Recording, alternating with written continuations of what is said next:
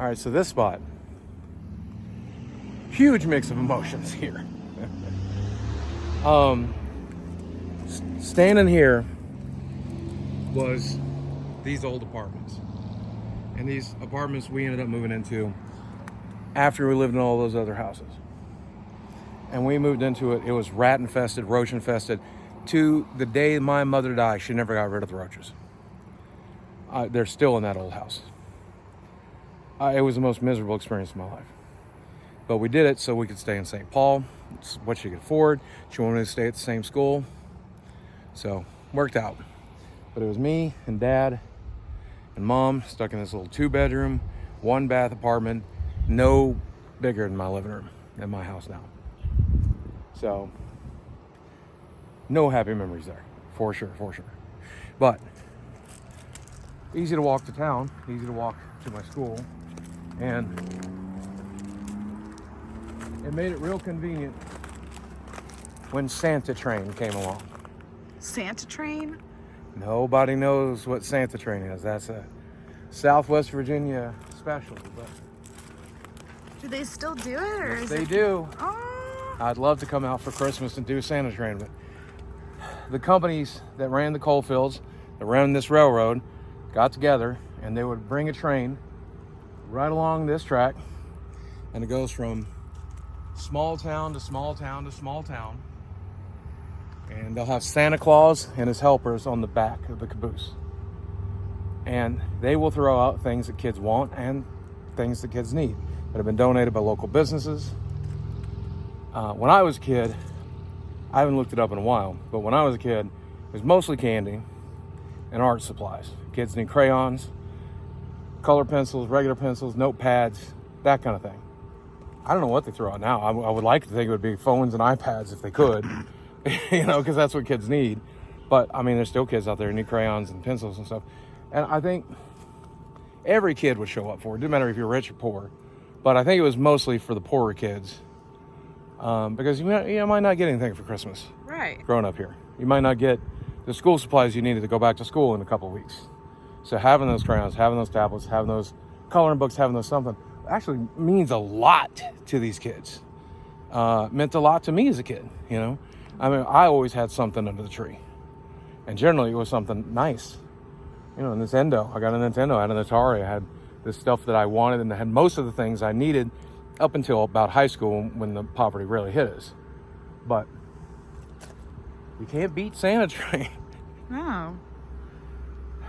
The other thing I always think is so fascinating, when I had to do, when we were living here, I had to do earth science rock testing kits. And so they told us you have to go out and get 10, 20 different types of rocks. I don't remember. But I was like, oh, I'm going to get an A in this class. Because look right here at all the different types of rocks that you can get from the railroad. And not only that, but I mean, just these are fresh. Look up in the middle where some of this gravel has been here. I'm going to pick up a random one just to show everybody.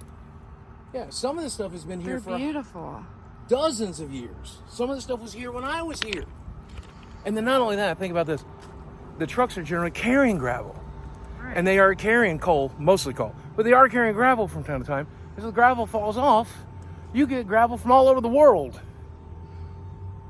I got an A. That was the one time I got an A in science class.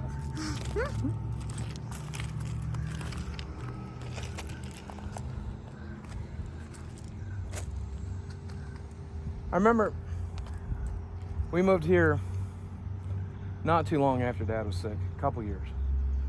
And he had some mobility, but he just didn't really know how to use it, right?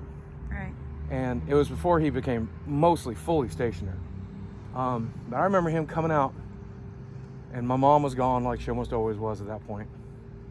And Dad was like, I want a drink. I'm like, Dad, you can't tell if you do, you drink it and they'll kill you. I remember him walking up and down these railroads to that bend up in there. And I followed him the whole way because I didn't want to get hit by a train. Man's deaf. It was out of his mind. He's sick, So I remember following him, just begging him to come back home. And he wouldn't do it. And he went off into this little wooded area here. And in that little wooded area was clearly a place where winos drank. I say winos is probably inappropriate, but whatever. There were some rocks, a little campgroundish kind of thing going on. I mean, homeless people probably. But there was nobody there, and it was all these empty bottles, all liquor bottles, right? And Dad started going through them. I don't know how the hell he knew about that place. Well, Yeah. you ever wonder what my fascination is with smash rooms? I saw that rock, I saw that glass, and I thought, well, I'll start smashing this glass up against these rocks, right? Away from the little camping area. I don't want nobody to get hurt. Right. But again, smash. Broke every bottle at that place. Brought my friends to that place, and we smash. Those bottles have been there. I mean, they're probably collector items. You know, but talk about a good way to get your frustrations out. That was my original smash room. And I'm telling you, I'll open that business before it's over with. I'm going to get a rock. I'm going to get a rock. You should. Get a few. I think that's a dog turd, though. Is that a dog turd or a rock? I'm going to touch it. Let's find dog turd or rock. It's shiny. What it's is so that? pretty. What the Looks hell? like sea foam or gold. It really does. I don't know what the hell it is. It's so weird. It could be toxic. Yeah. Ugh. Ugh. Yeah, we'll probably have to find a different one. Yeah, I don't like the way that felt. Oh. Oh! Well, These are so pretty. Marble. A lot of these are like marble. seen one of those before? I had a collection of these as a kid. What are those exactly? That's a railroad spike. Oh. And they come from the things there. Once they've been kicked out, I was told you can have them basically. Once Oh. they've been kicked out of here, they're not good anymore. They're too rusty. They're too old. Yeah. But they get kicked out of the wood boards. And, well, if I need a tinnitus shot, or tetanus shot, if I need a tetanus shot to take this home, I'll get one. But this is going with me. That's nice. Oh. Ooh. Shine. Right? These are so pretty.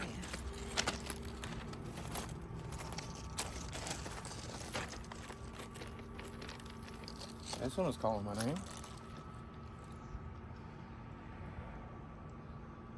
Huh. That's a nice one. Baby, look at that view. It's gorgeous. Zoom in on the mountains right there. Could you imagine driving home every day and this is what you saw? Woo. Wow. And to take that for granted, what was wrong with me? Good God.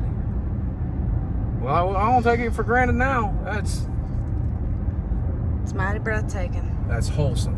It's very wholesome. Yes, sir. Damn.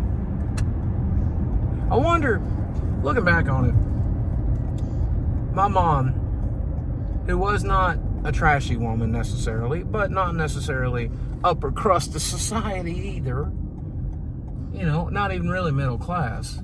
I wonder why she wanted to instill in us that this is a poverty area and it's a gross area, it's a terrible area, and all kinds of drugs and all kinds of awfulness.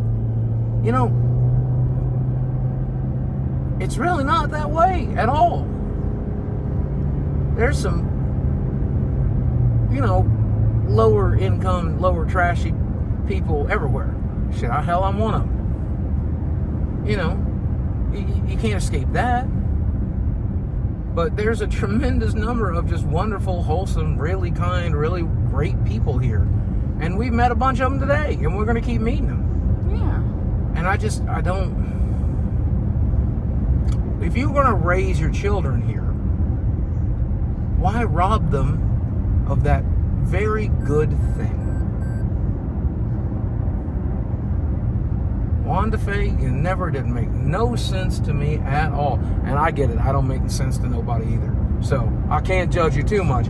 But that just, out of all the silly things you did, why not just let people love it for what it is? A lot of people do.